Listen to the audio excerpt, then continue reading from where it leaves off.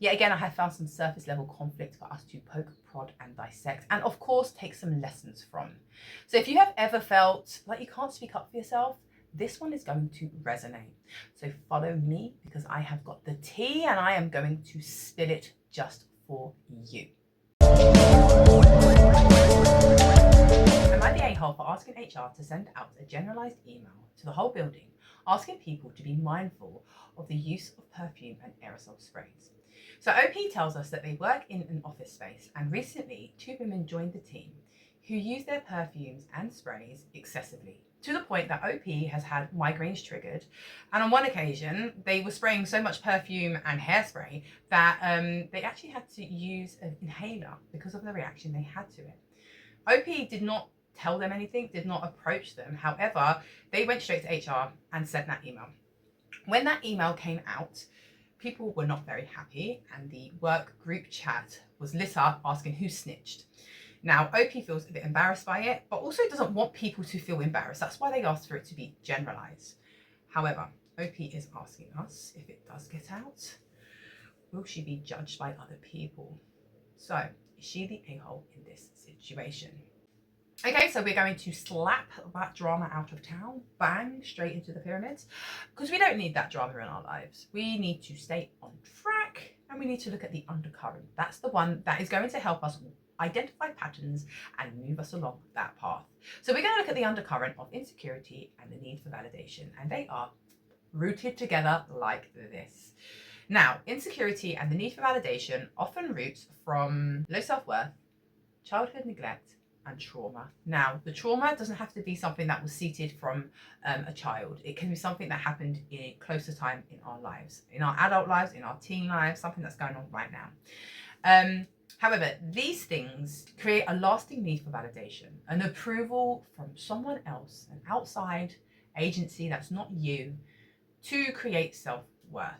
Okay, so if we look at OP, rather than them being justified that the smell of those sprays are giving them migraines, are making them have difficulty breathing, rather than going, right, that's enough reason for me to say something, they're looking for the HR to do that for them. So insecurity creates a cycle of getting validation from externally, which gives some, temporary relief, and then that's temporary, right? Doesn't last forever, and it doesn't build up that self-worth. So it goes back up to the insecurity and needing that security of having someone else validating your problems. Okay, it goes round and it goes round and it goes round. And at no point when we are asking other people to deal with these problems, to tell us what we're doing is correct, at no point are we actually building those structures up, building ourselves up to be able to tackle those issues on our own, not valued. And that also will prompt you not to be able to express yourself. Yeah, that will stop you from thinking that you have an authority within yourself. That we all do. So not even thinking, even establishing and understanding that you have authority within yourself. So if you don't recognize it, you're never going to stand up for it, are you? Because you don't know it's there. These things lead to social withdrawal, fear of failing, people pleasing, difficulty accepting compliments, constant self-criticism. When we are in this ball, it sounds like a ball of anxiety, right? It sounds like such a circle of all the things that we go through when we're internalizing ourselves, when we can't accept compliments. We always think that we are a failure, when we, can't see ourselves for who we really are, because we're not actually any of them things. You're not actually any of those things, okay? It's that low self-worth that is speaking louder than actually the intuition and the person that you actually are. This leads us to not be able to advocate for ourselves. How many of us have been in a queue where, someone tries to queue jump and you haven't been able to say anything? Yeah. Been on the phone to your doctor and, they're telling you you've had the blood test, nothing's wrong with you, but something is, and you can't speak up for yourself, right? When we come to OP, people spraying perfumes and they're not able to stand up and go, hang on a minute. No, this is giving me a migraine. Can you please stop using it here? None of these things are unreasonable. It is not unreasonable to say them things, but it's almost like there is a block, right? Like there's a big black block and it's like an abyss. Now where some of us can just walk directly over it and go to that conflict, you know, that a lot of us want to avoid. That big black box, yeah, that metaphorical black box that we put in front of advocating for ourselves, can make you feel like, you know, there's that fear of failure. What if it doesn't work? What if people judge me, like what OP was saying? You know, I can't do it. It's just, you know, I'm terrible, I'll mess it up.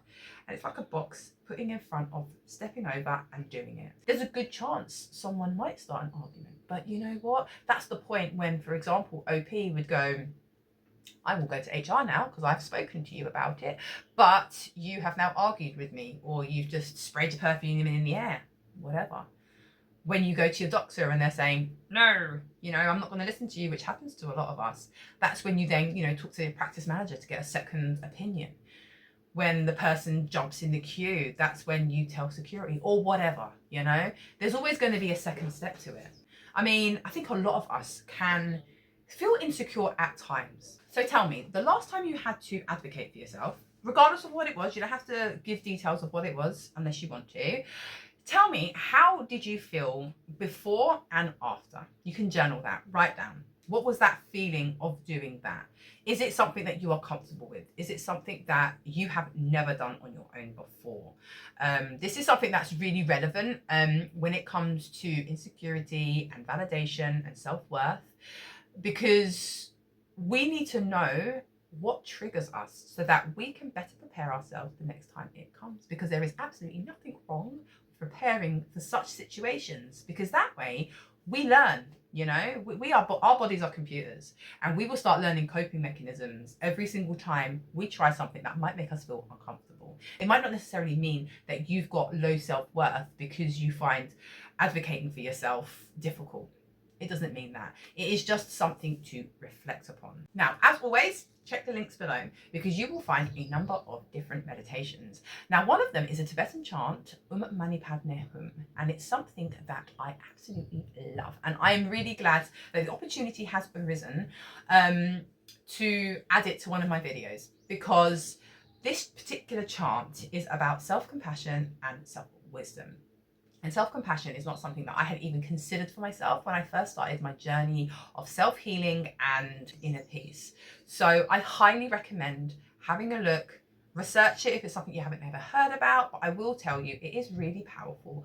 When it is used in regular practice, it can lead to mental well-being and karmatic purification. So please do have a look down there and see if it's something that you resonate with. I've added a sleep meditation, as well as a number of different length videos, all on the topic of self-worth, insecurity, and the need for validation. So please do check them out in your own steam. Now, as always, if one of them or any of them don't take your fancy, do not worry about it. If you find something that you do feel is relevant to today's topic that other people will benefit from, please, please, please do add it down there, because you know what? Someone else might click it and it will change their life down a rabbit hole of self-discovery. And that is what we are all about here. If you have taken anything from today, is that you don't have to do any of these things. You don't. You can just watch. You don't have to do meditations. You can just drink tea and eat coffee. No, that's not what I was going to say, but I'm going to leave it in there because my mouth is dry. So drink tea and eat coffee, like, and be really buzzed and really caffeinated. But I'm really glad that you came. And if you feel so inclined, please do press the notification button down there so that you know when my next video comes. And that will be in 2 days. And you can be one of the first people to watch it. So press that button and do not miss out. And if you also feel so inclined, press that like and subscribe and become an official part of the community, because I want you here with me, and I am so glad that you keep coming and showing up for yourself. Now that's going to do it. So until the next time that we meet, I see you, I hear you, and I feel you. Bottoms up.